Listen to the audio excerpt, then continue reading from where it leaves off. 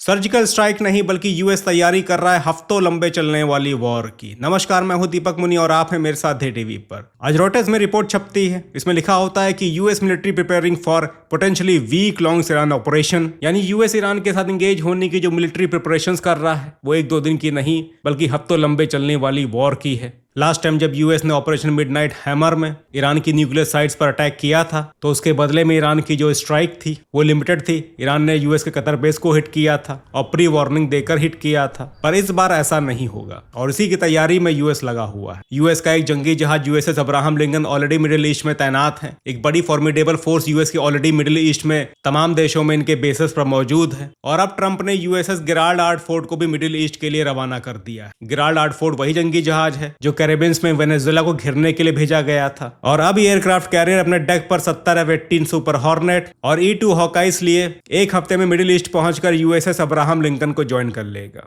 Reporters ने जब Trump से पूछा कि इनको सेकंड एयरक्राफ्ट कैरियर की जरूरत क्यों पड़ी तो ट्रंप ने कहा कि अगर ईरान से डील नहीं होती है तो हमें इस सेकंड एयरक्राफ्ट कैरियर की जरूरत भी पड़ सकती है और अगर हमें वहां सेकंड एयरक्राफ्ट कैरियर की जरूरत पड़ती है तो इसे वहां होना चाहिए।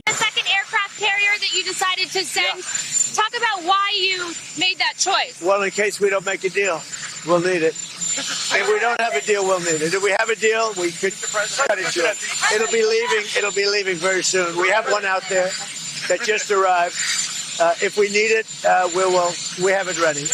A very big force. यहाँ ये जिस डील की बात कर रहे हैं वो डील ईरान और यूएस पिछले 1 साल से नेगोशिएट करने की कोशिश में है। ईरान अपनी तरफ से इस डील को नेगोशिएट करने के लिए पूरी मेहनत कर रहा है, पर हर बार जब ये मीटिंग होती है तो यूएस की एक नई कंडीशन ऐड हो जाती है। यहाँ पे कुछ वैसा हो रहा है जैसे एक कॉमन एस्पिरेंट के साथ होता है। वो हर बार मेहनत से पढ़ाई करता है कि कट ऑफ क्लियर हो जाए, पर हर बार कट ऑफ 2 नंबर और चढ़ जाती है। कट ऑफ आगे आगे, एस्पिरेंट पीछे पीछे। ईरान के साथ भी यहाँ कुछ वैसा ही हो रहा है। 2015 में जब बराक ओबामा और ईरान के बीच एग्रीमेंट हुआ था, वेस्टर्न पावर्स की तरफ से जिन डिमांड्स को रखा गया था ईरान ने उन सारी डिमांड्स को फुलफिल किया था। न्यूक्लियर फ्यूल का एनरिचमेंट रेगुलेट किया था, सेंट्रीफ्यूग्स लिमिट किए थे और इंटरनेशनल एटॉमिक एनर्जी एजेंसी यानी कि IAEA के अंडर अपने न्यूक्लियर प्लांट्स का इंस्पेक्शन भी कराने को रेडी हो गया था।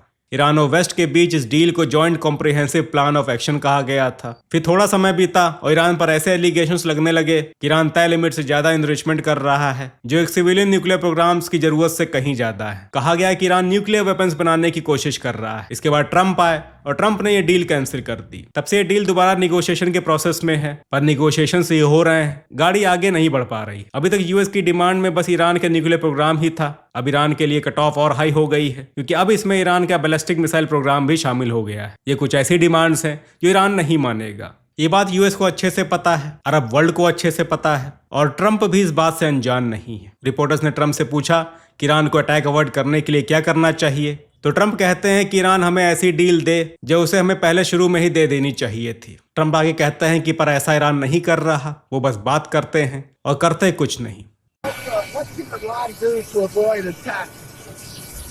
Give us the deal that they should have given us the first time. If they give us the right deal, we won't do that. But historically, they haven't done that. I will say they want to talk, but so far they do a lot of talking and no action. इसके बाद Trump से Iran में regime change को लेकर भी सवाल पूछे गए। ट्रंप ने कहा कि उससे बेहतर और क्या होगा। Well, it seems like that would be the best thing that could happen. For 47 years, they've been talking and talking and talking. In the meantime, we've lost a lot of lives while they talk, and legs blown off, arms blown off, faces blown off. It's been going on for a long time. So let's see what happens. In the meantime, we have tremendous power has arrived, and additional power, as you know, another carrier is going out shortly. So we'll see it out. If we could get it settled for once and for all, that would be good. Who do you want to take over? What? Who would you want to take over? I don't want to talk about that. There are people. Last में यहाँ पर reporters ने पूछा कि regime change के बाद वहाँ पर कौन आएगा। ट्रंप ने पहले तो बात करने से मना किया पर बाद में कहा कि there are lot of peoples. Who would you want to take over? I don't want to talk about that. There are people. यानी कि रेजा पहलवी इस रेस में अकेले नहीं हैं, कंटेस्टेंट्स ईरान के अंदर से भी हैं। अब देखते हैं कि यूएस को बेटर ऑफर कौन दे सकता है, अली खमनई की प्रेजेंट रिजीम या क्राउन प्रिंस रेजा पहलवी या ईरान के अंदर बैठे हुए और लोग। फिलहाल यूएसएस गिरालार्ड फोर्ट रास्ते में है। जब तक वो मिडिल ईस्ट नहीं पहुंचता है तब तक मीटिंग्स का सिलसिला चलता रहेगा। अगले हफ्ते इनके बीच दोबारा एक मीटिंग जिनीवा में होने वाली है। डील हो गई तो ठीक है, वरना यूएस स्ट्राइक करेगा, और तब स्ट्राइक करेगा जब श्योर हो जाएगा कि ईरान के मिसाइल्स को इंटरसेप्ट करने के लिए उसके पास सफिशिएंट फोर्स अवेलेबल है। USS Abraham Lincoln, USS Gerald Ford, और जरूरत पड़ी तो और भी आएंगे।